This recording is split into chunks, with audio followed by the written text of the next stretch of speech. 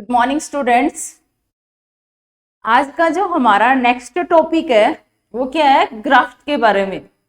Graft सारे जानते हो ना कि कोई भी स्किन का कोई भी ऑर्गन का प्रत्यारोपण करते हैं ना हम लोग। भाई मान लो कोई आपका हाथ की स्किन निकल गई हो, कट फट गई हो, फ्रैक्चर हुआ हो और वहां पे क्या करना है, आपको स्टिचेस लगाने हैं। तो अगर जगह ज्यादा बनी तो आप ही के किसी अदर पार्ट से वहां से हम क्या करते हैं, स्किन लेते हैं और स्किन को वहां ले जाके क्या करते हैं, अप्लाई कर देते हैं। वैसे ही क्या होता है, हम लोग ऑर्गन भी लेते हैं। ऑर्गन नहीं लेते हैं कि भाई कि कोई मान लो किसी का किडनी फेल हो गया हो, किसी के लीवर में कोई प्रॉब्लम आ गई हो, तो हम डोनर से, जो देने वाला है, उससे हम लोग क्या करते हैं, ऑर्गन भी लेते हैं। तो ये ऐसी चीजें होती हैं जिनके बारे में अगर हम डिस्कस करेंगे तो डिस्कशन के अंदर क्या आएगा कि ग्राफ्ट होता क्या है, और ग्राफ्ट के साथ साथ में जो भी हम ट्रांसप्लांट करते हैं वो ग्राफ्ट की गई चीजें वापस कैसे हट जाती है। समझ में आ रहा है भाई? हटने का मतलब सारे जानते हो। कई बार क्या होता है, हमारी बॉडी सिस्टम दूसरों की चीजों को एक्सेप्ट नहीं कर पाती है। हमारा शरीर है वो दूसरों के शरीर के अंगों को ग्रहण नहीं कर पाता है, और अगर वो ग्रहण नहीं कर पाएगा तो वहां से वो क्या हो जाएंगे, रिजेक्ट हो जाएंगे। समझ में आ रहा है? मान लो हमने क्या ली, किडनी ली है। भाई मेरी किडनी एक फेल हो गई, मुझे एक किडनी दूसरी चाहिए, तो किसी दूसरे बंदे ने मेरे को किडनी दे दी। अब वो किडनी मेरी बॉडी में जाके एडजस्ट हो पाए या ना हो पाए, समझ में आ रहा है? ये तो क्या करेगा, मेरी बॉडी पे डिपेंड करेगा। अगर वो चाहती है कि हाँ ये हमारी बॉडी के अंदर, ये मेरी बॉडी के अंदर काम करे तब तो ठीक है, बट अगर उसने मन में ही ठान ली है नहीं ये मेरी बॉडी के अंदर काम नहीं कर पाएगा, तो वो उसके उल्टा काम करना स्टार्ट कर देता है हमारा शरीर, और वो जो बाहर से चीज हमने ली है वो उसको बाहर निकाल के दम लेगी। समझ में आ रहा है? ये क्या आते हैं, ग्राफ्ट के बारे में। ग्राफ्ट कर लिया, ग्राफ्ट करने के बाद में उसके विरुद्ध ऐसी चीजें बन जाती है जिनकी वजह से ग्राफ्ट की गई चीजें वापस हट जाती है। समझ में आ रहा है? ये क्या होता है, ग्राफ्ट और ग्राफ्ट रिजेक्शन। समझ में आया कि यहाँ पे दो चीजें दी हुई है आपको, एक है ग्राफ्ट के बारे में और दूसरा कंडीशन क्या दे रखी है आपको, होस्ट के बारे में। यहाँ होस्ट कौन है, वो जिसके अंदर हम लोग क्या करेंगे, किसी चीज को प्लांट करेंगे। समझ में आ रहा है? जिसके अंदर हम लोग ऑर्गन को, स्किन को क्या करेंगे, प्लांट करेंगे। और ग्राफ्ट का मतलब होता है जो चीज प्लांट करने वाली हो। मान लो यहाँ पे क्या है, किडनी, और यहाँ पे क्या है, ह्यूमन बीइंग। समझ में आ रहा है? होस्ट क्या होता है, ह्यूमन बीइंग होता है, और ग्राफ्ट क्या है, मान लो कोई भी एक एग्जांपल दिया है, किडनी हो गया, स्किन हो गया, आई हो गई, मतलब आंख भी डोनेट करते हैं ना कई कई, तो ये ऐसी चीजें हो जाती है। ग्राफ्ट वर्सेज होस्ट मतलब ऐसी क्या अंतःक्रिया या डिजीज कंडीशंस होती है जिनकी वजह से जो हमने ग्राफ्ट लगाया था वो ग्राफ्ट है वो थोड़े दिन बाद, कुछ महीनों बाद वहां से हटना स्टार्ट कर देता है। हमारी बॉडी उसको एक्सेप्ट नहीं कर पाती है। तो जो ग्राफ्ट है उससे बारे में पढ़ने से पहले हम कुछ डिस्कस करेंगे। किसके बारे में? उन चीजों के बारे में कि हम लोग कभी भी जब भी किसी चीज की जरूरत पड़ती है तो हम लोग क्या करते हैं, ऑर्गन ट्रांसप्लांट करवाते हैं। भाई ग्राफ्ट के बारे में पढ़ने से पहले जरूरी है ट्रांसप्लांटेशन पढ़ना। किसका? ऑर्गन का। अब पता ही नहीं है, ग्राफ्ट सीधा ही ग्राफ्ट करवा रहे हैं, अब करवा किसका रहे हो ग्राफ्ट, वो भी तो पता होना चाहिए। यहाँ पे जो कंडीशन आ रही है किसके बारे में, ऑर्गन ट्रांसप्लांट के बारे में। अंग प्रत्यारोपण की परिभाषा। किसका? ऑर्गन ट्रांसप्लांटेशन की डेफिनेशन क्या होती है?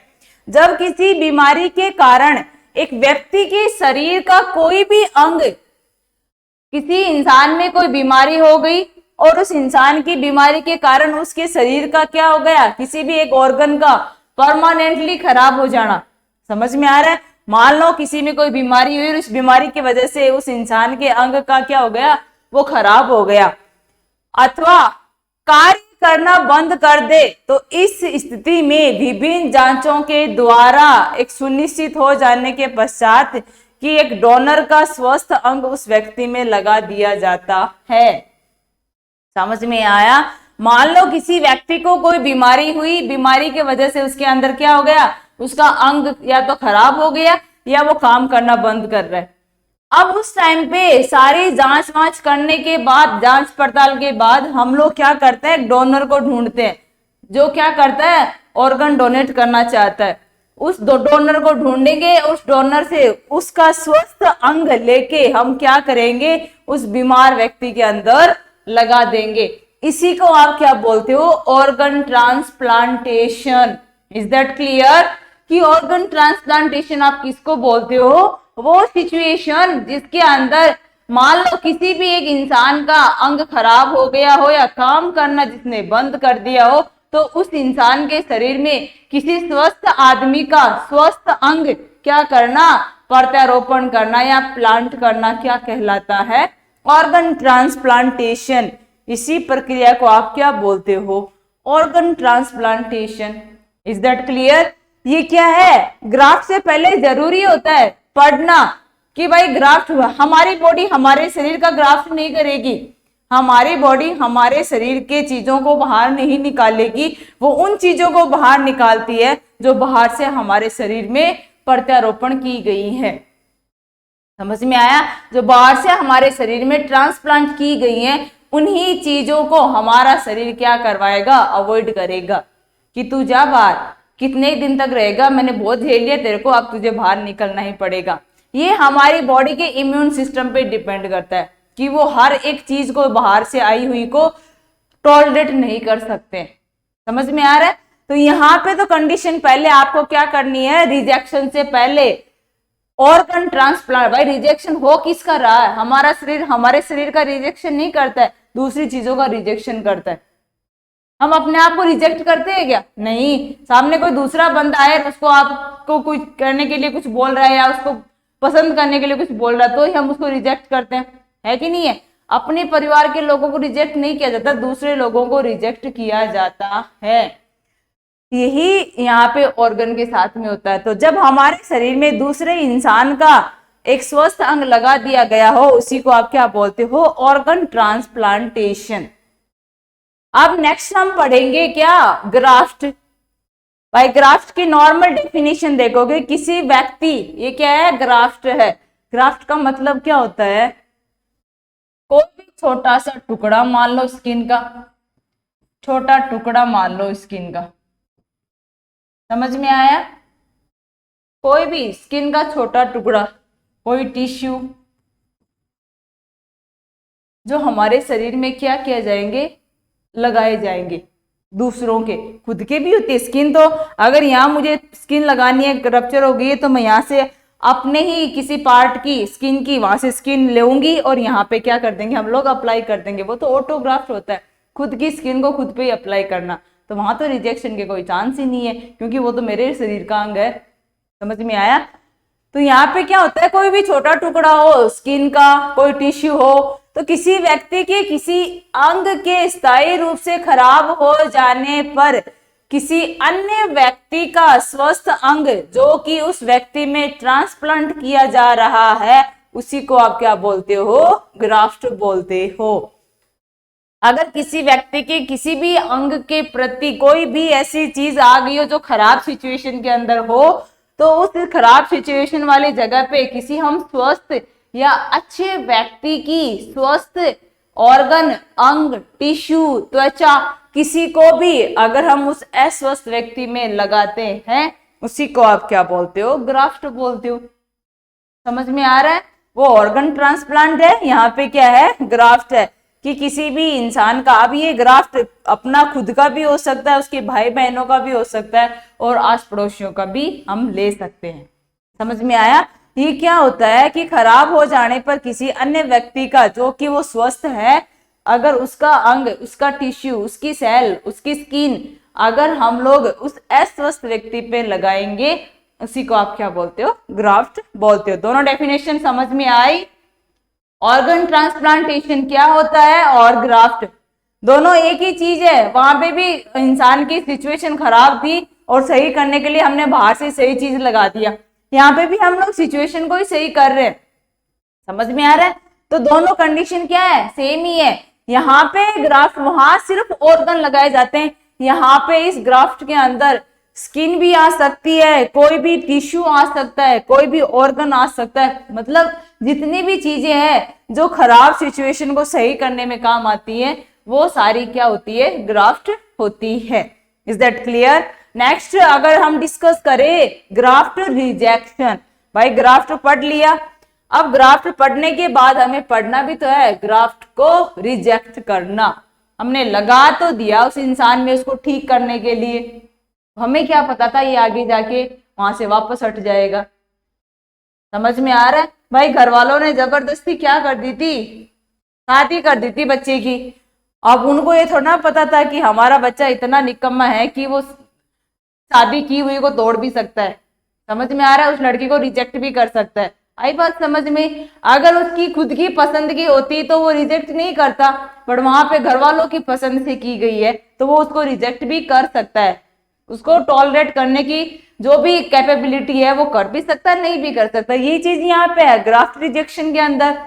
अगर आपने किसी भी बाहरी वस्तु के शरीर में प्रविष्ट करने पर, हमारे शरीर में कोई भी भारी वस्तु, कोई भी भारी वस्तु का मतलब क्या होता है, ऑर्गन, स्किन, जो भी है, बाहरी वस्तु के प्रविष्ट एंटर करने पर हमारा जो इम्यून सिस्टम होता है वो उसे अस्वीकार करता है।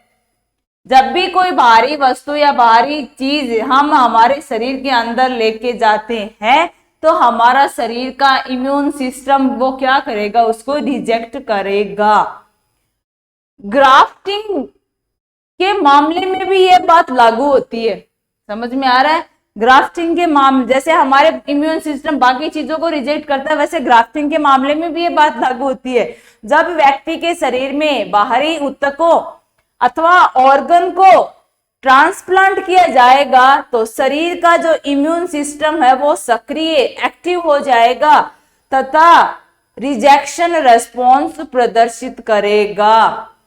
और इस प्रतिक्रिया में मुख्य रूप से कौन कौन सी सेल्स काम में आती हैं? बी लिम्फोसाइट्स और T lymphocytes.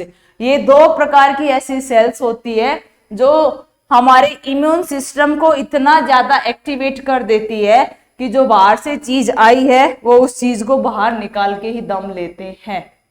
Is that clear? ये क्या होता है? Graft rejection. जब हमारा शरीर किसी और चीज को टॉलरेट नहीं कर पा रहा, चाहे बैक्टीरिया हो, चाहे वायरस हो, कोई भी ऐसी वस्तु होती है जिसके अंदर हमारा इम्यून तंत्र, इम्यून सिस्टम उसको क्या करता है? रिजेक्ट करता है। तो ये तो ऑर्गन ट्रांसप्लांट है, ग्राफ्ट किया गया है, तो इस मामले में भी ये सिचुएशन लागू होती है। तो जैसे ही ये चीज, ऑर्गन या कोई भी ग्राफ्ट हमारे शरीर पे अप्लाई किया गया है तो हमारे शरीर का इम्यून सिस्टम इतना ज्यादा एक्टिवेट हो जाएगा, सक्रिय रूप से काम करने लग जाएगा कि जो ग्राफ्ट हमने किया है वो उसको अस्वीकार कर देगा। समझ में आया? वो उसको अस्वीकार कर देगा, उस ग्राफ्ट को वो रिजेक्ट कर देगा। और ये किसकी वजह से होता है? दो प्रकार की हमारी बॉडी में सेल्स होती है जो हमारे इम्यून सिस्टम को क्या करती है? बना के रखती है। कौन कौन सी? बी लिम्फोसाइट्स और T lymphocytes. Is that clear? कि ग्राफ्ट रिजेक्शन क्या होता है? कोई भी चीज अप्लाई की, अप्लाई करने के बाद शरीर ने क्या किया? काम करना स्टार्ट किया, इतना ज्यादा एक्टिवेट हो गए हमारे शरीर के इम्यून सिस्टम, जो रोग प्रतिरोधक क्षमता पैदा करने वाला जो सिस्टम है वो इतना ज्यादा एक्टिवेट हो गया कि उसने क्या किया? जो हमने ग्राफ्ट लगाया था उस ग्राफ्ट को उसने क्या करवा दिया? रिजेक्ट करवा दिया। किसकी वजह से? इन दोनों सेल्स की वजह से। क्योंकि इन दोनों सेल ने क्या किया था? हमारी रोग प्रतिरोधकता वाले सिस्टम को ज्यादा सक्रिय कर दिया, ज्यादा एक्टिवेट कर दिया। क्योंकि ये तो आपको ही पता है, जब भी बाहर से कोई चीज आएगी हमारा शरीर एक्टिवली पार्टिसिपेट उसके अंदर करेगा ही करेगा। समझ में आया? हमारा शरीर उसके अंदर पार्टिसिपेट करना स्टार्ट कर देता है, क्योंकि उनको तो ये लगता है बाहर से जो भी कोई चीज आई है वो हमारे लिए नुकसानदेह है। समझ में आया? तो वो तो उसके लिए लड़ने की स्टार्ट करेंगे ना भाई, लड़ने की कोशिश करेंगे। तो यहाँ पे भी रिजेक्शन, वो ग्राफ्ट हुआ है तो वो भी तो बाहरी वस्तु ही है हमारे शरीर के लिए। तो हमारे शरीर का तो काम यही है कि उसके खिलाफ लड़ना, पर उनको ये नहीं पता होता है कि ये जो लगाया गया है वो आपके लिए हेल्पफुल है, पर उनको ये लगता है कि ये भी नुकसान ही पहुंचाएगा हमारे शरीर को। और उनके खिलाफ वो क्या करती हैं? एक्टिविटी प्रदर्शित करने स्टार्ट कर देती है। और ग्राफ्ट रिजेक्शन करवा देती है। समझ में आया? ये क्या होता है? फर्स्ट वन था आपका ऑर्गन ट्रांसप्लांटेशन। ऑर्गन ट्रांसप्लांटेशन के बाद में नेक्स्ट वन क्या था? ग्राफ्ट क्या होता है? और ग्राफ्ट के बाद में क्या था? ग्राफ्ट रिजेक्शन क्या होता है? कैसे किया जाता है अस्वीकार हमारी बॉडी के द्वारा बाहरी चीजों को। नेक्स्ट अगर यहाँ हम बात करेंगे, जो हमारा टॉपिक था मेन, क्या होता है कि बाह्य ग्राफ्ट वर्सेस होस्ट डिजीज। मतलब मेजबान का मतलब क्या होता है?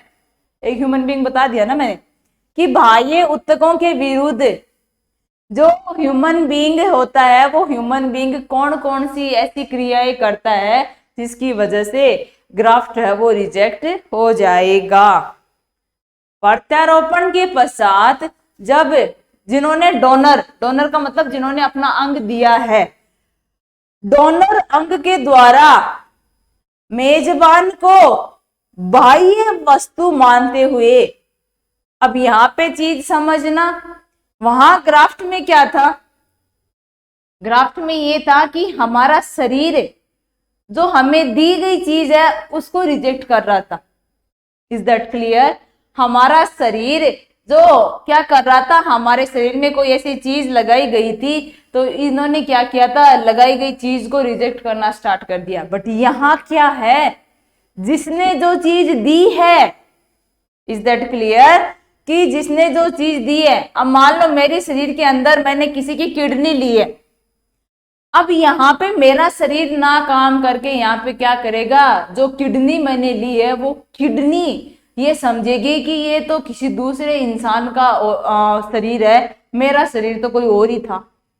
समझ में आ रहा है? यहाँ पे मेरा शरीर पहचानने से पहले वो अंग मुझे पहचान लेगा कि ये कोई बाहरी इंसान है, मेरा शरीर तो कोई और ही था। Is that clear? अरे मान लो कई बार क्या होती है, माँ क्या करती है? बच्चों को पहचान लेती है। समझ में आया? माँ अपने बच्चों को पहचान लेती है कि ये मेरा बच्चा नहीं है। Is that clear? भाई छोटे बच्चे हैं, शकल सूरत सबकी एक जैसी, कैसे भी मान लो, अब उसके सामने उसको दूसरा बच्चा दे दिया, बट वो माँ पहचान जाएगी क्योंकि उसकी खुद की बॉडी का जो वो उन्होंने 9 महीने तक अपने यूट्रस के अंदर उसको सर्वाइव करवाया, तो वो माँ अपने बच्चे को अच्छे से पहचान सकती है। उसने क्या कहा कि ये मेरा बच्चा नहीं है, वो उसको रिजेक्ट कर देती है। समझ में आया? वहीं अगर उस बच्चे को, अब वो जो माँ बच्चे को रिजेक्ट कर रही है वो तो क्या हो गया? ग्राफ्ट।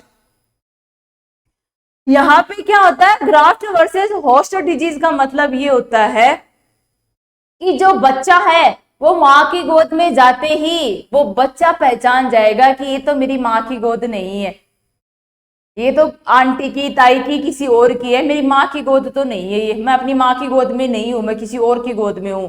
तो वो बच्चा वहां पे क्या करेगा? एक्टिविटी करना स्टार्ट कर देता है। Is that clear? एक में माँ ने अपने बच्चे को पहचानने से मना कर दिया तो वो तो था ग्राफ्ट रिजेक्शन। यहाँ पे क्या होता है? ग्राफ्ट वर्सेस होस्ट डिजीज में क्या होता है कि जो चीज मान लो जहां बच्चे को रिजेक्ट किया गया था, अब बच्चा अपनी माँ को रिजेक्ट कर रहा है।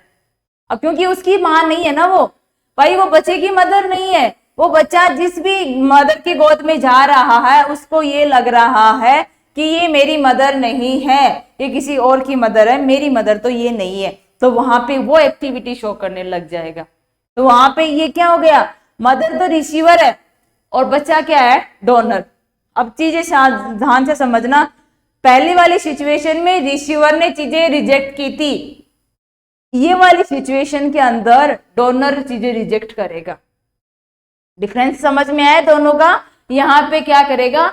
डोनर चीजों को रिजेक्ट करेगा, उस शरीर को रिजेक्ट करेगा क्योंकि उसको ये लग रहा है ये मेरा घर तो नहीं है, ये मेरा शरीर तो नहीं है, मुझे तो किसी दूसरे के शरीर में ले जाया गया है।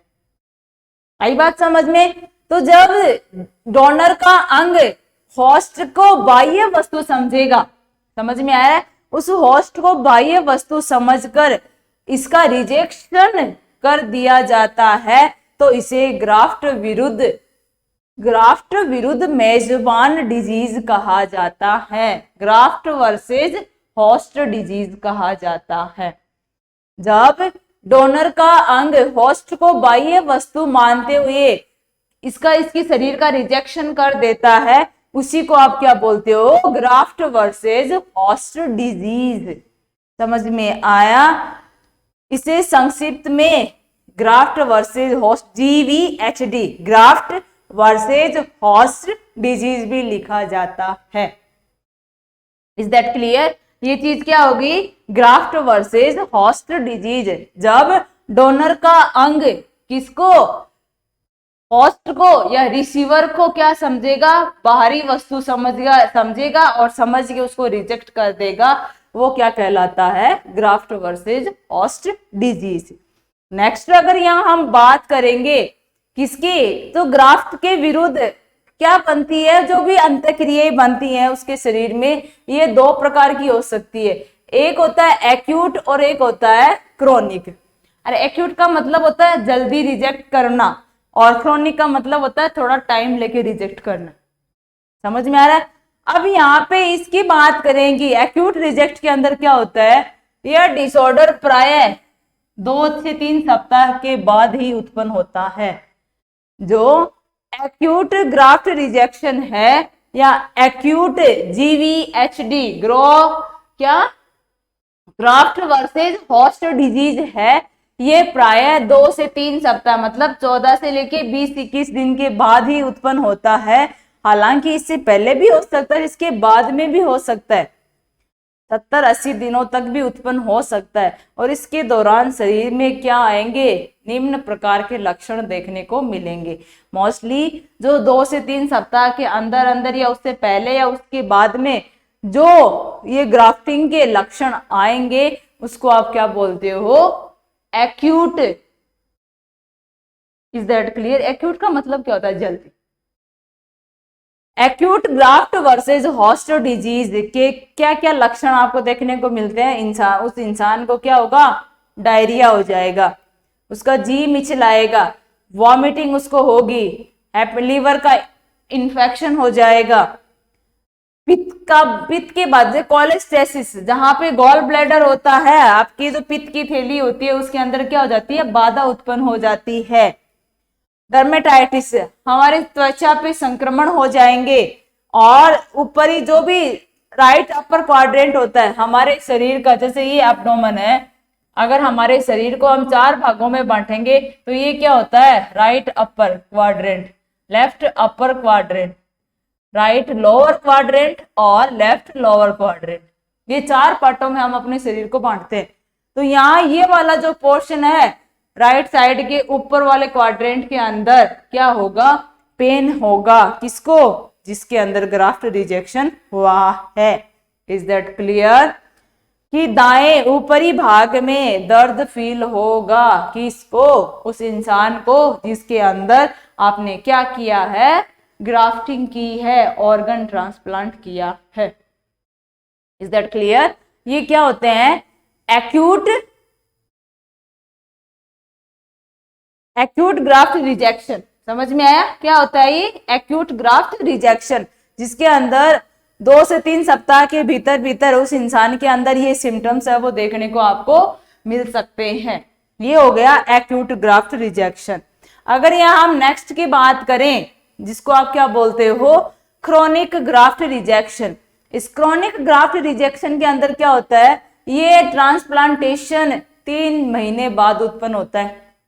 एक्यूट वाले तो पहले ही हो रहा था, बट ये 3 महीने बाद उत्पन्न होता है। और ये विकार एक्यूट के बाद ही उत्पन्न हो सकता है। भाई एक्यूट वाला हुआ था ग्राफ्ट रिजेक्शन, और उसके बाद में वो क्या हो गया, आपने ट्रीटमेंट भी दे दिया, दवाइयां देके ठीक भी किया, बट उसके बाद में वो फिर से स्टार्ट हो गया रिजेक्शन, उसको आप क्या बोलते हो, क्रोनिक। अथवा ये सीधे सीधे रूप में भी उत्पन्न हो सकता है। इस डिसऑर्डर के दौरान जो ऑटो इम्यून कोलेजन डिजीज होती है, कौन सी, ऑटो इम्यून, कोलेजन का मतलब होता है किसी चीज को बना के रखने वाली, जो कोलेजन फाइबर होते हैं जो क्या करते हैं, हमारे शरीर को एक दूसरे से जोड़ के रखते हैं। तो जो एक्यूट ऑटो इम्यून कोलेजन जो डिजीज है वो क्या हो जाएगी, स्टार्ट हो जाएगी, और उसके जैसे वहां पे लक्षण आपको देखने को मिल जाएंगे। अब उसके लक्षण क्या होते हैं, स्किन रैशेस ही पाए जाते हैं। मोस्टली जो लक्षण आएंगे वो क्या आएंगे, स्किन रैशेस देखने को मिलेंगे, क्योंकि ये डर्मेटाइटिस की तरह ही होता है।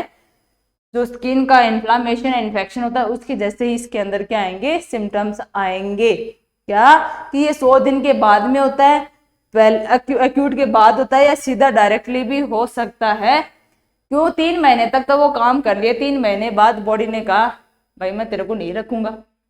तो ये कंडीशन क्या होती है, क्रॉनिक। क्रॉनिक के अंदर क्या होता है, जो कोलेजन फाइबर्स होते हैं उनके अंदर बीमारी उत्पन्न हो जाती है, और वो क्या करेंगे, किसी भी दूसरे ऑर्गन को, हमारे ऑर्गन जैसे भी हैं आपस में, उनको जोड़ के नहीं रख पाएंगे, और जोड़ के नहीं रख पाएंगे तो वहां से वो हटना स्टार्ट हो जाते हैं, और वहां पे स्किन के ऊपर जगह जगह पे रैशेज, दाग धब्बे, चकत्ते वगैरह आपको देखने को मिल जाएंगे। अगर इसका उपचार करते हैं तो हम इनको क्या देते हैं, कॉर्टिकोस्टेरॉइड।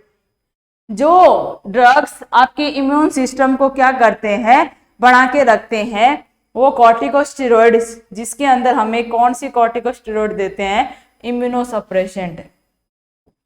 इम्यूनोसप्रेसेंट आपकी इम्यूनिटी को सप्रेस करने वाले। अगर आपकी इम्यूनिटी वहां पे वो सप्रेस हो जाएगी तो उस दौरान जो हमने ग्राफ्ट लगाया है उसके खिलाफ एंटीबॉडी नहीं बनेगी, और एंटीबॉडी नहीं बनेगी तो रिजेक्शन भी नहीं होगा। तो उसको क्या दिए जाते हैं, इम्यूनोसप्रेसेंट कॉर्टिकोस्टेरॉइड दी जाती है। एजिथ्रोमाइसिन जो भी उसको देते हैं, एजिथ्रोप्रीम, ये ऐसी दवाइयां होती है जो एंटीबायोटिक का भी काम करती है, उनको हम लोग उस इंसान को देने की कोशिश करते हैं, जिसकी वजह से वो क्या हो सकता है, ग्राफ्ट रिजेक्शन से बच सकता है। समझ में आया। कॉर्टिकोस्टेरॉइड हम इम्यूनोसप्रेसेंट के रूप में देते हैं, ताकि जब इम्यून पावर वहां पे एक्टिव ना होके क्या हो जाएगा, काम करना कम कर देगा, तो वहां से उसके खिलाफ एंटीबॉडी नहीं बनेगी। एंटीबॉडी नहीं बनेगी तो जो रिजेक्शन हो रहा था वो रिजेक्शन वहां पे क्या हो जाएगा, रुक जाएगा। समझ में आ रहा है। अरे जिस इंसान को हम लोग क्या करते हैं, कोई भी ऑर्गन ट्रांसप्लांट करते हैं, उस इंसान को जब तक वो जिंदा रहता है उसको कॉर्टिकोस्टेरॉइड दिए जाते हैं। क्यों, कभी भी रिजेक्शन के चांसेस बन सकते हैं, कभी भी हमारा इम्यून सिस्टम है वो दिमाग खराब कर सकता है अपना, और दिमाग, अगर उसका दिमाग खराब हुआ तो जो चीज हमने ली है बाहर से वो उसको बाहर फेंक देगा। इसलिए उसके दिमाग को हम शांत करके रखते हैं, सुला के रखते हैं कि तू कल को ये काम ना कर दे जिसकी वजह से जो चीज मैंने ली है वो बाहर निकल जाए। समझ में आ रहा है। तो हम लोग ये कॉर्टिकोस्टेरॉइड उसको दे देते हैं, और एजिथ्रोप्रीम ड्रग जो एंटीबायोटिक्स वगैरह होती हैं वो भी उसको क्या दी जाती हैं, ताकि इन्फेक्शन की जो भी लक्षण या सिम्टम्स आ रहे हैं वो क्या हो जाए, कम हो जाए। Is that clear. ये क्या होता है, ऑर्गन ट्रांसप्लांट। ऑर्गन ट्रांसप्लांट करने का दूसरा फिर क्या, ग्राफ्ट। ग्राफ्ट के बाद में जब ये दोनों चीजें की तो उनका रिजेक्शन हुआ। रिजेक्शन कैसे हुआ, क्या कारण था, कई बार तो हमारी बॉडी रिजेक्ट कर देती है, और कई बार जो बाहर से अंग आया वो रिजेक्ट कर देता है हमारी बॉडी को। तो ये दोनों चीजें क्या होती है, ग्राफ्ट वर्सेस होस्ट डिजीज होती है। एक जल्दी हो जाती है जिसको एक्यूट बोलते हैं, और एक को थोड़ा टाइम लगता है जिसको आप क्रोनिक बोलते हैं। और इनको रोकने का एक ही तरीका होता है, इम्यूनोसप्रेसेंट कॉर्टिकोस्टेरॉइड दे दो, जिससे क्या होगा, हमारा इम्यून सिस्टम है वो शांत रहेगा, सक्रिय नहीं हो पाएगा, एक्टिवेट नहीं हो पाएगा, और कंडीशन क्या हो जाएगी, धीरे धीरे रिजेक्शन की तरफ नहीं जा पाएगी, और हमारी बॉडी उसको एक्सेप्ट कर लेगी ऑर्गन को। Is that clear. ये सारे क्या होते हैं, ग्राफ्ट वर्सेस होस्ट डिजीज। आगे क्लास हम लोग फिर से कंटिन्यू करेंगे। Thank you all of you.